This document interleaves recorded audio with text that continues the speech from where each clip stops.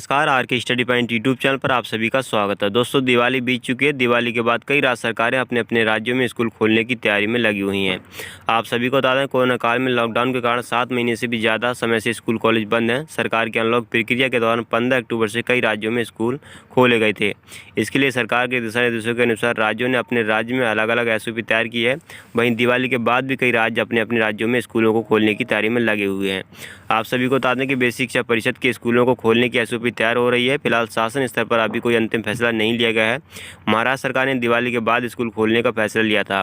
सूबे के मुख्यमंत्री उद्धव ठाकरे ने इस संबंध में कहा कि हम सभी एहतियाती कदम उठाते हुए दिवाली के बाद स्कूलों को फिर से खोलने की विचार कर रहे हैं। इसके लिए राज्य सरकार ने स्कूलों के लिए एक SOP तैयार की है। उसके अनुसार स्कूलों में शिफ्ट के हिसाब से पढ़ाई शुरू होने वाली है।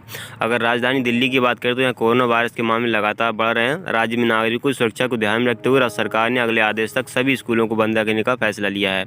सरकार ने कहा कि वो पेरेंट्स, स्टूडेंट्स और स्कूल डॉक्टर्स आदि से राय लेकर ही अपनी SOP तैयार करने के बाद स्कूलों को खोलने पर विचार करेंगे। असम में 2 नवंबर से केवल कक्षा 6 से लेकर 12वीं तक के छात्रों को स्कूल आने की अनुमति दी गई थी। साथ ही राज्य ने स्कूलों को खोलने के लिए एक मानक संचालन प्रक्रिया यानी SOP जारी की है। असम में स्कूलों के लिए ऑड इवन की व्यवस्था लागू की गई है। यहाँ कक्षा 6, 8 और 12वीं के छात्र सोमवार, बुधवार और शुक्रवार को स्कूलों में आएंगे, जबकि अन्य 3 दिन कक्षा 7, 9 और 11 के छात्र आएंगे।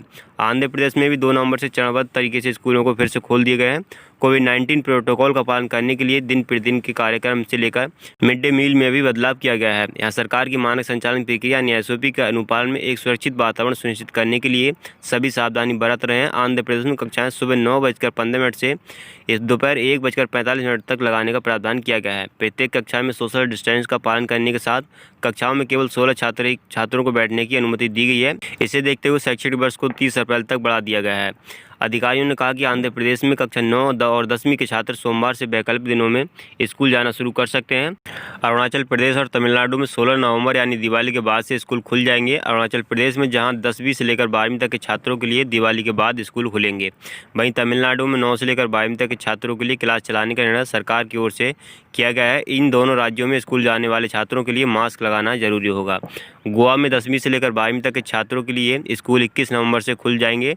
वहीं हरियाणा में 16 नवंबर से राज्य के सभी स्कूल, कॉलेज और यूनिवर्सिटी खुल जाएंगे। इन राज्यों में राज्य सरकार ने स्कूलों के लिए SOP तैयार की है। पश्चिम बंगाल सरकार ने फिलहाल स्कूल न खोलने का फैसला किया है। कोरोना महामारी के बढ़ते मामलों को देखते हुए 30 नवंबर तक राज्य के सभी शिक्षण संस्थानों को बंद रखने का आदेश दिया है।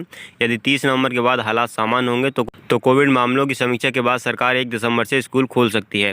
हिमाचल प्रदेश सरकार ने 2 नवंबर से 9 से लेकर 12वीं तक के छात्रों के लिए नियमित आधार पर स्कूलों को फिर से खोलने का फैसला किया था। मुख्यमंत्री जयराम ठाकुर की अध्यक्षता में राज्य मंत्रिमंडल की बैठक के दौरान ये निर्णय लिया गया।